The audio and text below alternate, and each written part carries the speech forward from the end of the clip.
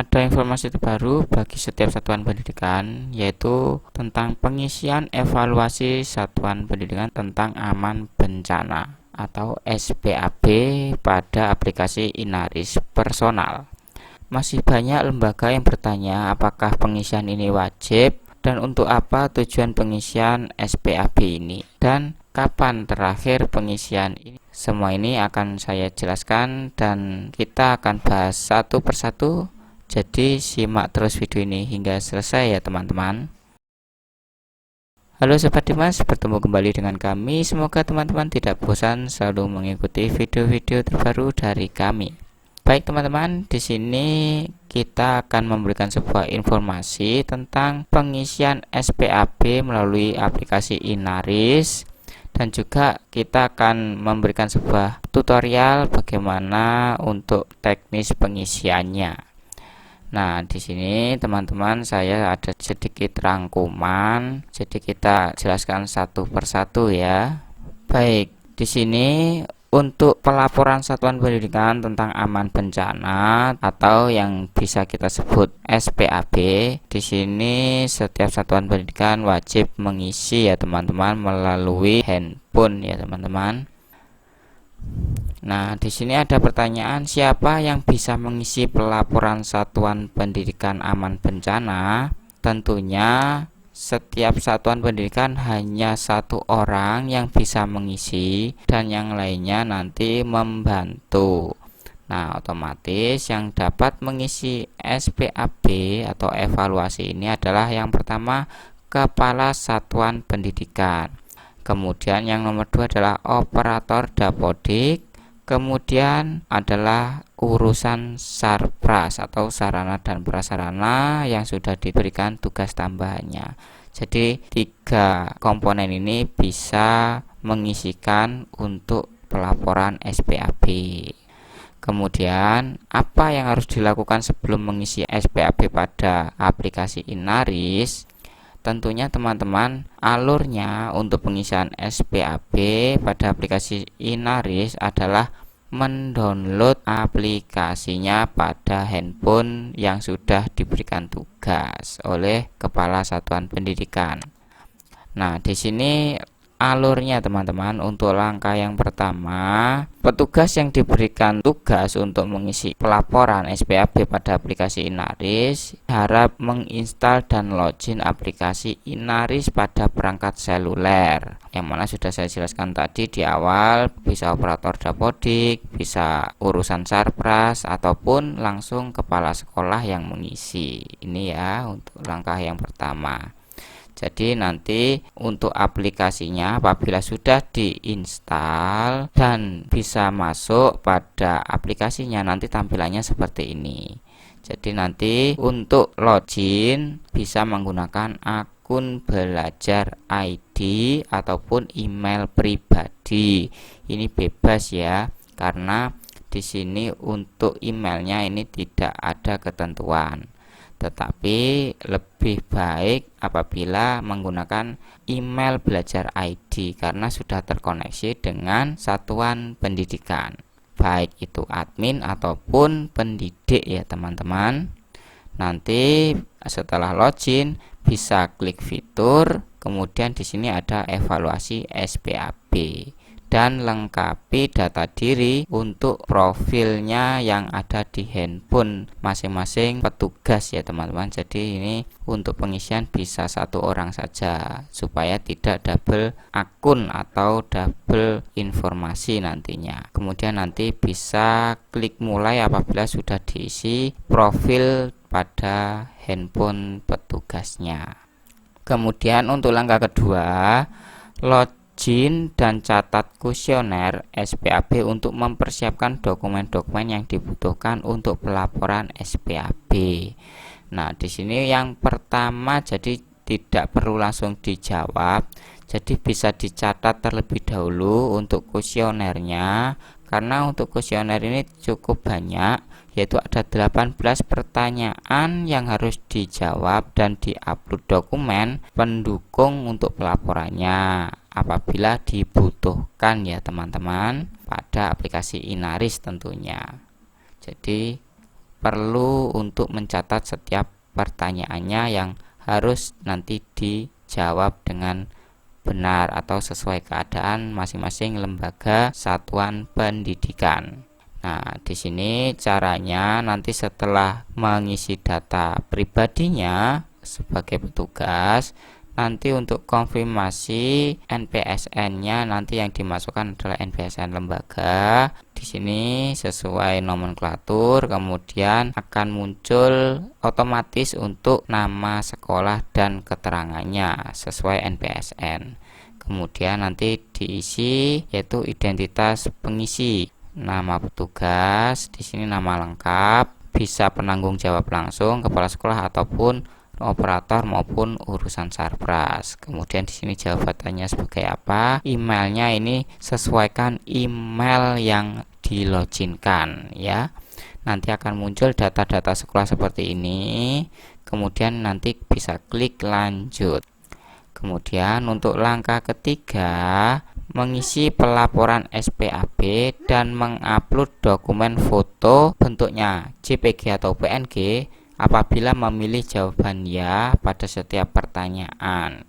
Di sini langkah setelah tadi meng-cross check atau mencatat pertanyaan, untuk selanjutnya bisa langsung dieksekusi apabila sudah melengkapi atau dokumennya yang sudah didukung untuk menjawab. Nanti larinya juga pada evaluasi setiap satuan pendidikan. Nah, di sini contohnya ya, apabila ya dan dibutuhkan untuk upload dokumen maka bisa diupload. Apabila memang tidak, nanti juga tidak perlu diupload ya teman-teman. Dan di sini pun juga bisa nanti diedit. Caranya bagaimana nanti di akhir ya. Nah, untuk langkah keempat, nanti apabila sudah mengisi semuanya hingga akhir, bisa mengirim pengisian SPAB dengan mensubmit dan hasil pengisian akan langsung terlihat sesuai pengisian petugas dan hasilnya bisa dibagikan ke grup ataupun langsung ke penanggung jawab di satuan pendidikan atau kepala sekolah. Serta pelaporan ini juga dapat diedit dan diperbarui apabila memang ada yang perlu diperbarui, dan ini ada batas waktunya ya teman-teman untuk memperbarui dan mengeditnya. Kapan terakhir untuk batas pengisian SPAB, nanti akan ada informasinya di belakang. Nah, di sini contohnya apabila sudah disubmit akan ada grafik atau jenis pelaporan sesuai pengisiannya. Apabila grafiknya memang banyak atau sesuai kriteria, nanti akan terlihat. Dan selain pada aplikasi juga bisa dilihat nanti secara online melalui link yang sudah saya taruh pada kolom deskripsi ya teman-teman. Nah, di sini untuk rangkumannya untuk langkah-langkah mengisi. Jadi petugas bisa menginstal terlebih dahulu untuk aplikasi Inarisnya pada handphonenya masing-masing. Kemudian nomor 2 ini login dan catat kuesionernya terlebih dahulu untuk pengisian nantinya, karena harus upload dokumen bentuk foto ya teman-teman untuk pelaporannya supaya bisa terpenuhi.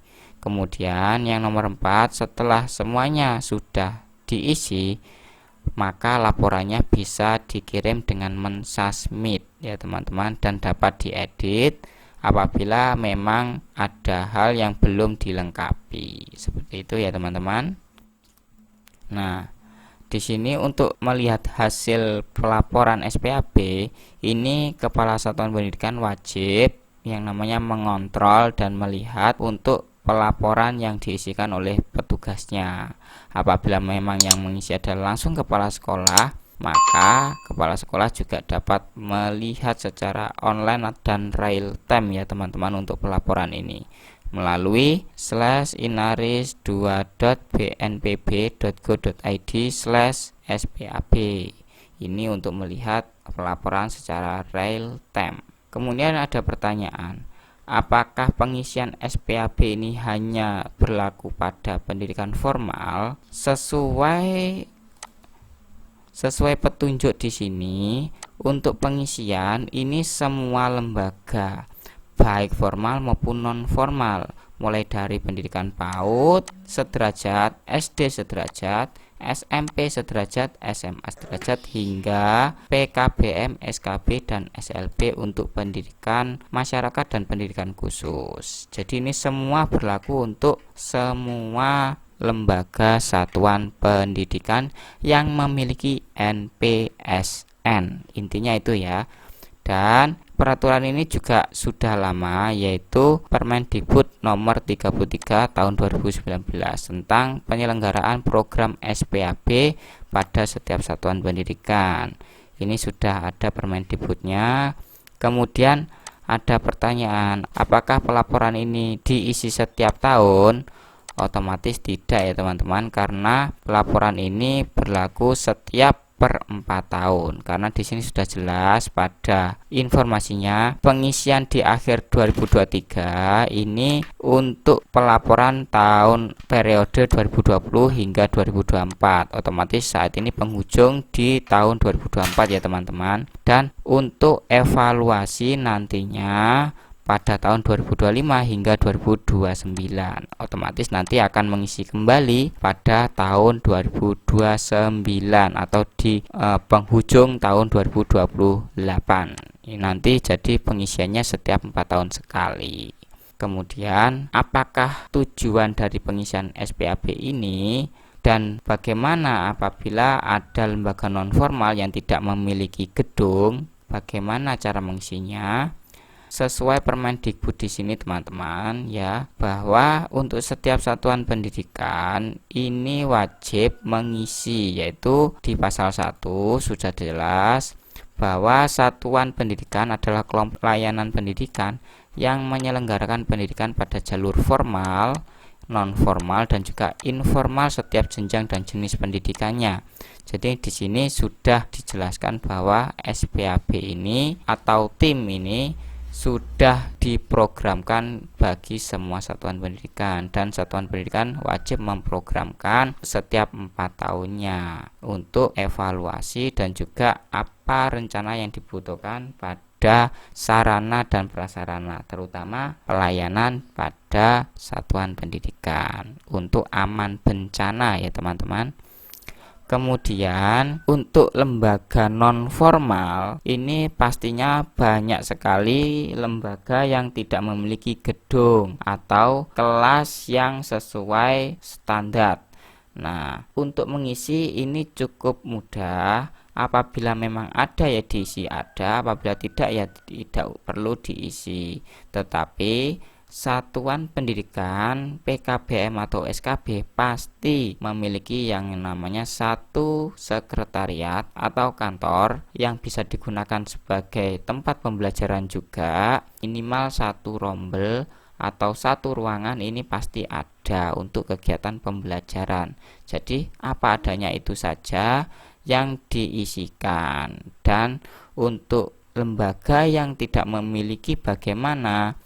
Apabila memang tidak memiliki untuk gedung, pastinya ada kerjasama dengan lembaga lainnya, baik itu pemerintah desa ataupun lembaga formal. Nah, apabila memang bentuknya kerjasama untuk pemakaian jenis bangunan atau tanahnya, ini bisa dimasukkan untuk SK atau surat perjanjiannya untuk diupload untuk hak pakai. Itu ya teman-teman untuk beberapa pertanyaan yang banyak ditanyakan, terutama pada lembaga PKBM maupun SKB.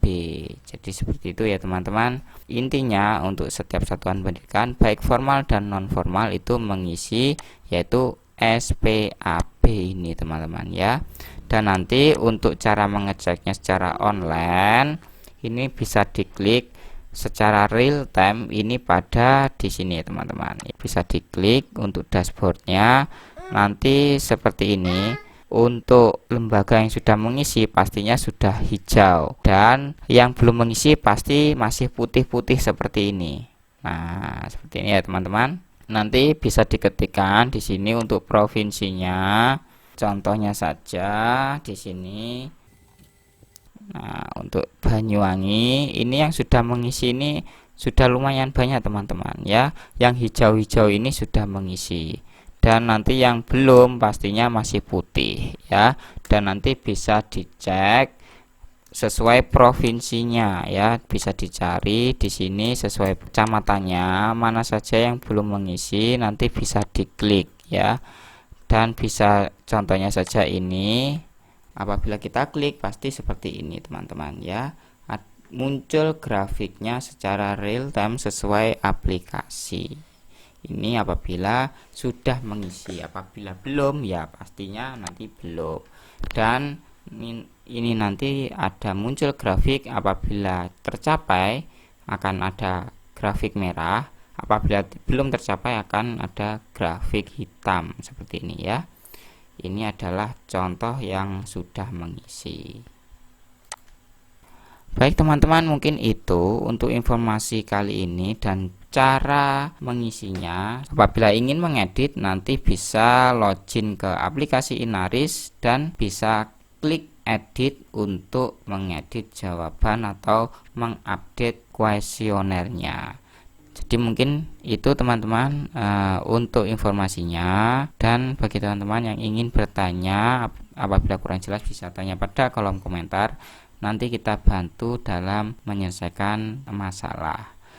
Dan terima kasih sudah menonton hingga akhir. Bagi teman-teman semuanya, kita akan bertemu kembali pada video selanjutnya. Jangan lupa like dan subscribe serta share video ini ke teman-teman lainnya supaya mendapatkan informasi yang kami berikan.